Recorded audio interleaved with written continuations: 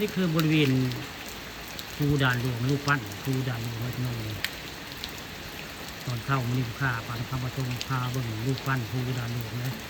ปั้นโดยครูบาวัดนะปั้นอยู่บริเวณพุทธสถานภูด่านหลวงนะข้าปาทองคำประทงมันนี่พามาเที่ยวภูด่านหลวงนะมันนี่มาครั้งที่สองที่นั่นเลยครั้งที่สองในที่มาบริเวณพุทธสถานภูด่านหลวงบ้านต่างๆตำบลต่างๆนี่คือที่มือปั้นของพระอาจารย์ลิวัฒน์คนนี้ก็คือสร้างคือเป็นอาจารย์ลิวัฒน์นะปั้นพระปั้นชื่อเท่าไหร่อยู่บริเวณพุทธสถานภูด่านหลวงนะข้าป่าทองคำบางคนมันมีพามาเที่ยวบริเวณพุทธสถานภูบ้านหน้าต่างตำบลหน้าต่างภูด่านหลวงทั้งหลายผักและปั้นชื่อแต่ละครูบาวัดท่านฤาษีก็คักก็ได้คือจะได้ปั้นกันข้าป่าทองคำมาชมพามาชมบริเวณวัดว่าลามโลกสำนักสงฆ์ที่โน่นสำนักสงฆ์ภูด่านหลวงปั้นโดยท่านอาจารย์ลิวัฒน์เป็นผู้สร้างผู้แปลงปั้นในรูปปั้นในบริเวณพระสถานภูด่านหลวงแล้วก็มีอ่างและอ่างหินจะมีได้อ่างหินธรรมชาติสร้างมาใน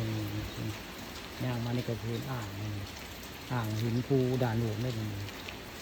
เกิดมาเลยเห็นแล้วหินนี่ใครบ่ได้เห็นเลยมันมีเองอย่างเงี้ยอ่างธรรมชาติอยู่บริเวณภูด่านหลวง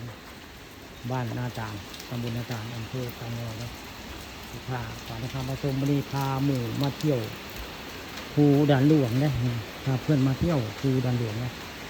มาชมรูปปั้นสวยงามของท่านลิวัฒน์สร้างตัวนี้ลิวัฒน์ได้ถึงสร้างตัวนี้ปั้นทับปั้นชื่อก็ใครลิวัฒน์ทีนี้ทีนึงเรื่องปั้น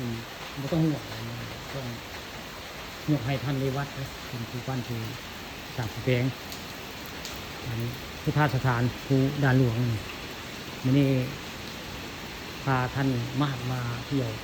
ภูด่านหลวงไปไหนท่านสวยไหมยอดเลยครับสวยไหมชมยากครับมาครั้งแรกว่าครั้งแรกครับนี่แหละพุทธสถานภูด่านหลวงเลยท่านถ่ายคลิปต้องบอกว่านี่คือพุทธสถานไหนพุทธสถานภูด่านหลวงเลยนี่จำไว้เด้อไม่ใช่วัดใดคนเราถามมาแล้วนี่คือพุทธสถานภูด่านหลวงหมู่นี้ผมว่าวัดไม่ใช่